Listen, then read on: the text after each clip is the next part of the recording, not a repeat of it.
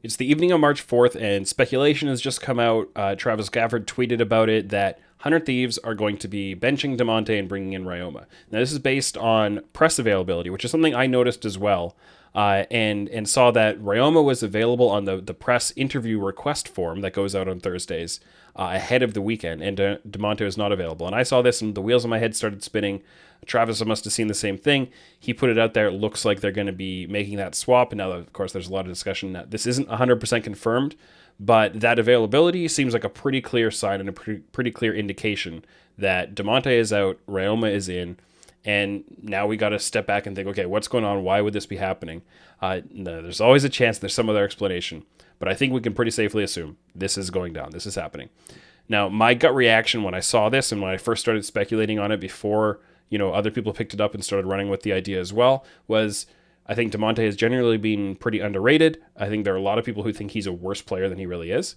And meanwhile, on the Ry0ma side, he's never really caught my interest and made me excited about Ry0ma as the idea of, a young prospect who's going to grow and become really good in the future. When he was first announced as coming over, I did some watching of him in the OPL. I wasn't super impressed. I didn't see what it seemed like 100 Thieves themselves saw in him. And I don't think last year changed my mind on that, honestly. Not that he's, a bad player, but he wasn't someone that was like, hot prospect kind of thing. So that's my gut reaction was, I think Damonte's better than Ry0ma. I think Damonte actually even has a little more potential than Ry0ma and has his niche and has his play style that fits. He's not, a big stand-up pillar in the middle of the map, like a Jensen kind of a thing, but he's got his own, poor man's doing B kind of thing going on, a lot of roaming, a bit of a unique champion pool. And I think, he can fit in pretty well. I do want to give 100 Thieves some benefit of the doubt that they've obviously got some internal info that would lead to choices like this that we from the outside don't have. But all I can do is look at what the information I have access to, which is basically watching Damonte play, watching Ry0ma play in Academy, which I do every week. I watch Academy very closely, as you know, and just making my own opinions on, do I think this move makes sense based on, again, the data available to me. So here's where I've landed after stepping back from my gut reaction, kind of putting that in check, and more kind of strictly evaluating the actual data available to me. So I think you need to approach this, first of all, just identifying, is this a push or a pull situation? Is it Damonte being pushed out because he lost his spot with poor play? Or is there a chance that Ry0ma, it's a pull factor. They want to pull Ry0ma up into the LCS and say, hey, you've earned a shot here. And I honestly think both factors can be at play. I think most people are going to focus on the push side and say, was Damonte playing bad enough that they deserve to push him out of the LCS? And I don't think people are going to give Ry0ma enough credit in this conversation for the opportunity that he might have had to earn a shot. That might sound a little counter to what I was just saying about my general opinions of both players, but I think it's an angle worth pursuing here, and not going to only pursue the angles that fit in with my pre-existing ideas. So let's just bear those push and pull factors in mind as we talk through this. Let's talk about how Damonte has actually been playing this year. A couple of stats from him. He has negative 497 GXD10, which is the worst of any mid laner in LCS, but weak laning stats are just part of the package when you pick up Damonte. Whether that's because he's actually not playing that well in the head-to-head, and I think getting solo killed by Perks was pretty embarrassing last week. You can see that is sometimes the case. He's just outclassed 1-1. But you also have cases where he'll drop waves in the mid lane to roam and make a lot of plays into the side lanes. So I think having weak laning stats, that shouldn't just be, a damning factor like, oh, Damonte, he's the worst laner in the league. But that's not really the case. I don't think that's fair to him in the way he plays. Another stat, Damonte, 413 damage per minute, 10th out of 11 mids that have played in the LCS this split. That is not good. I think he can do a lot better than that, especially given the champion pool he's playing, which is, relatively standard, control mage. There's some Galio in there, Twisted Fate, Zoe, Syndra. He can have reasonable damage numbers with that. He shouldn't be so far down the charts there. But also 72.8% kill participation. That's really high. And that is a Damonte stat.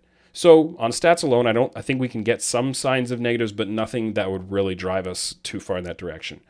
From the notes I've taken on the way he's played, from watching him actually, there have been some bad signs. Especially early in the season, he's been very gankable. He's been solo killable. I mentioned the perk solo kill. I think that's going to stick in a lot of people's minds. And he's died a lot to support roams, to jungle ganks, those kinds of things. Those are not good signs. And if his weak laning stats come from that, which I think they have, then it's not just Damonte's high roam playstyle costing him golden experience in the mid lane. It's that he's actually losing his lane.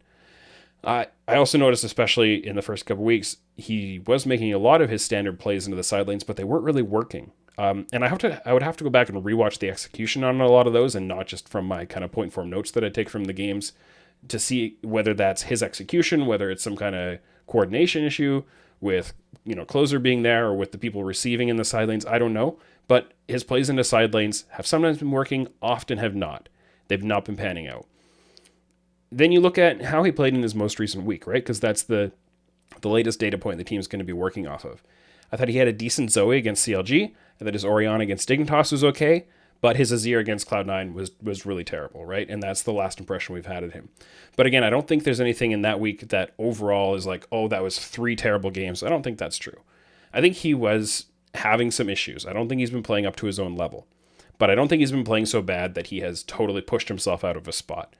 There are some push factors, but not a total, like, we need to get this guy out and just replace him with anybody or anything like that. On the Ry0ma side, on the Pulse side of this, it's been a little while. Academy finished their regular season, the single round robin that went into the tier 1 tournaments. So Ry0ma has not been playing in the tier 1 tournament that was going on, but we did get 9 games of him in the Academy regular season. He had a plus 112 GXD10, which is not bad. 5.9 KDA is pretty impressive. 644 DPM. These are kind of control mage numbers, a little bit above average laning. High KDA because you stay safe in the back line. You pump out a lot of damage. I think it fits kind of the profile again. He's been noticeable to me almost every game, on the positive side of the balance. He's been impressive to me in a couple of them. I think at the Academy level, he's felt a lot more comfortable, and he's definitely felt like a better player to me, which you should, right? If you compared to LCS, right? When you're in the LCS, say you're feeling like a bottom half of your role. When you go to Academy, you should definitely feel like a top half of your role if you want to make the argument you deserve to still be in LCS. And I think that's been true. I think he's been fine in Academy. I think he's been a little better than fine. He's been good. He hasn't been, the best mid laner in Academy. I think there are a couple others that you'd look at ahead of him. But again, like a little bit of push factor on the Damonte side, a little bit of pull factor on the Ry0ma side. I think there's a bit of it. Neither one is really strong to say Ry0ma absolutely earned this or Damonte absolutely earned, being dropped. But there's something to it for both of them. So far, no big knockout punch on where to land on this thing, but some early indications. When we look at champion pool, and this is, I think, a thing a lot of people are going to fixate on, Damonte does like to play a very roam-heavy champion pool. Twisted Fate, Galio, he used to, play the Rumble, shove his mid lane and get out there and do things in mid-game team fight, a little more unique. This is, he was best known for his Kiana in his best year. And so, that is kind of characteristic of him, whereas Ry0ma has always been kind of anchored to the standard control mages. They both play Zoe. They've been both playing Syndra and doing okay on it. Ry0ma plays a lot more Azir Orianna. And that's right in the heart of the meta right now. Just control mage, team fight, scale. That is what Ry0ma does well. And my issues with Ry0ma have often been that he didn't do the other things well. But if the meta is all about doing the thing that Ry0ma is good at, there's a little more of a pull factor there. Get Ry0ma up. Damonte, I don't think he's that bad on control mages, but I don't think he's at his best, definitely. I think he'd prefer to be doing other things. So bring up the guy who's more comfortable in this meta. There's some reason for that also. So starting to put this all together, you get a few little pieces that start to build a bit of a weak tower of argumentation for why this might make sense. But here's where I think it all comes together and why I've landed ultimately on the idea that this move actually feels okay to me. The reason is, first of all, 2 pieces. 100 Thieves, they are tied for second in the standings, but they are not playing like a second place team. They haven't been atrocious. It's not like, they've been a bottom half of the team that stole half their wins or anything. They've been more like a 4th, 5th place team to me, kind of in that same tier as EG, below Team Liquid and TSM, and, Cloud9 ahead of all of them. I think they're better than Dignitas pretty clearly. I think they're better than FlyQuest and the rest of the teams in that group, but they're not playing like a second place team. And I've actually had a bit of a negative vibe about them pretty much this entire regular season, that I just don't think they're playing as well as their results suggest. So I think there's an opportunity for them to be looking for something to push them back up into that kind of top 3 conversation. And this is actually the right timing to do it. There are 2 weeks left in the regular season. You got 3 games this weekend. You got 3 games next weekend. If you're going to make a change, do it now. If you put Ry0ma in, I think you got to give him all 3 games, for one thing. If they put him in for less than the 3 games, that makes no sense to me. You give him all 3 games, you evaluate based on that, and you've got 1 more week to switch back to Damonte or to stick with Ry0ma. If you wait 1 more week to do this, now you're all in. You can't switch back to Ry0ma for the final week of the regular season and then go back to Damonte for the playoffs. I don't think that makes sense. This is a lot smoother. This is a lot more reasonable to me. If you want to try out the change, this is the time to do it. So when you put all that together, there's some push factor from Damonte, who hasn't been playing at his best. There's some pull factor from Ry0ma saying, this is my comfort zone. I think I've been doing pretty well. Give me another shot. And we know that the 100 Thieves management and Papa Smithy and so on are very high on Ry0ma, brought him over in the first place and always felt better about him than I personally did. And so give him some credit for that. I think this is the right time to do it. I think there are reasons for 100 Thieves to be looking at themselves critically and saying, we need a jolt of energy. Our side lanes have been, quite good, but we need to do something about the middle of the map. So I give them some credit for this move. I think ultimately they're going to be judged on the results of it. And going into this week, of course, if they win their games, they're going to look like geniuses. If it bombs, they're going to get flamed really hard. This is the reality of being in a competitive environment. But I can say for sure that the game tomorrow between Evil Geniuses and 100 Thieves absolutely just got a lot more interesting. Thanks for watching. Let me know in the comments what you think of my take. If nobody ever disagreed with what I was saying, it wouldn't be worth putting out there. So I want to hear from you whether you like what I was saying, whether you think I got it wrong somewhere. Either way, let's have that conversation.